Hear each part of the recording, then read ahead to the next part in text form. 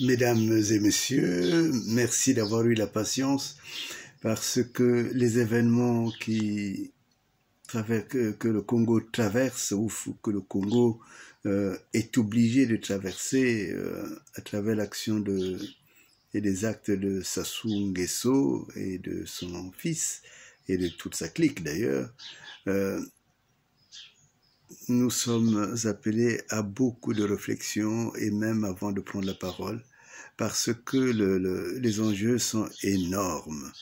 Et quand j'avais écrit le livre sur les génocides de Lari, et comme vous me le rappelez, beaucoup ne voyaient pas le danger dans lequel le Congo était plongé. Beaucoup même m'avaient persécuté parce qu'en tant que juriste, j'avais circonscrit le génocide sur le territoire ou sur le pays de Lari. Et quand je disais que c'est un gros danger pour le Congo, pour un pays, que de supporter et le génocide et les génocidaires, il y avait une sorte de sous-entendu que j'étais contre le Congo. Et je pense que maintenant, ils voient le Congo, j'ai envie de dire, partir. Et ils prennent conscience que le pays est en danger, plus qu'en danger, et déjà peut-être en feu.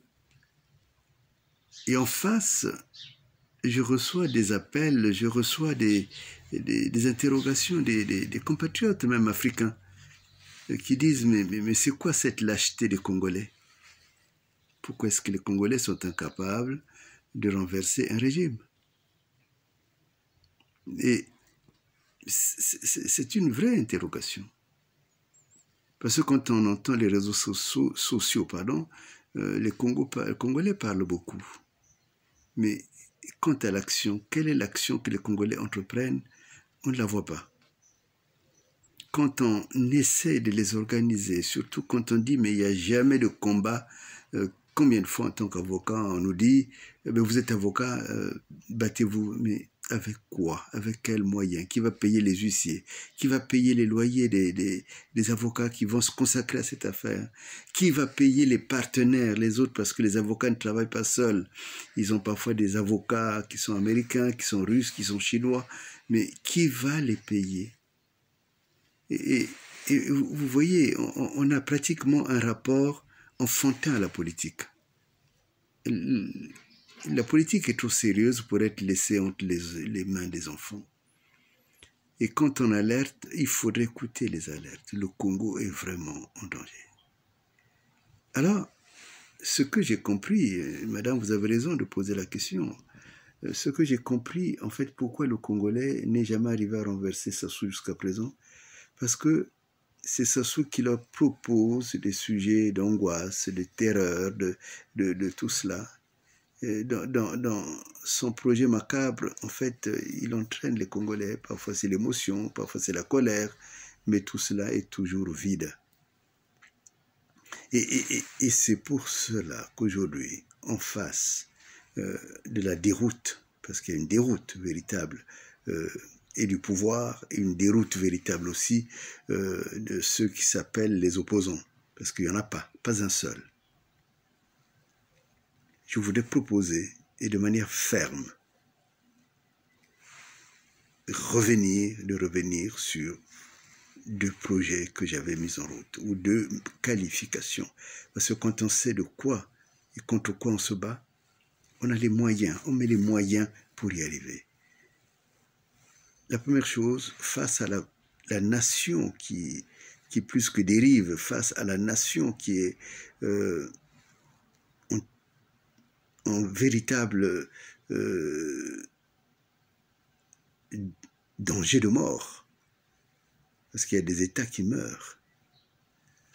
J'avais parlé du mouvement, un mouvement qui rassemble tout le monde, c'est notre nation.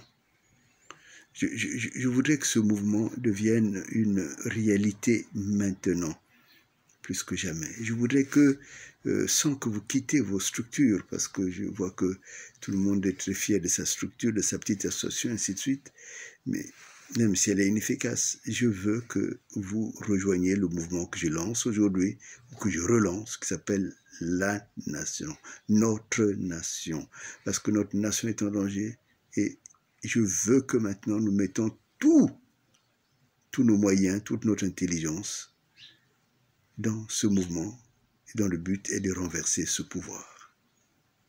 Et de ne pas du tout accepter ce fameux projet qui se profile de Kiki qui remplacerait son père. Prenez rendez-vous avec mon secrétariat, venez sans que vous vous sentez comme inféodé à quoi que ce soit, mais venez par nécessité parce que notre nation est en danger. Retenez bien le mouvement Notre Nation. Quand j'ai entendu aussi tout ce qui s'est dit autour du mois de mars, qui s'est vu, et c'est le mois de mars qui a vu le dernier partir Kolela. Maintenant, on commence à entendre du côté du pouvoir pourquoi Kolela a été tué. Et quand je dis que Kolela, le corps de Kolela est encore à Brazzaville, au Congo, en tout cas, cette réalité, elle est en train de leur faire peur, mais c'est une réalité.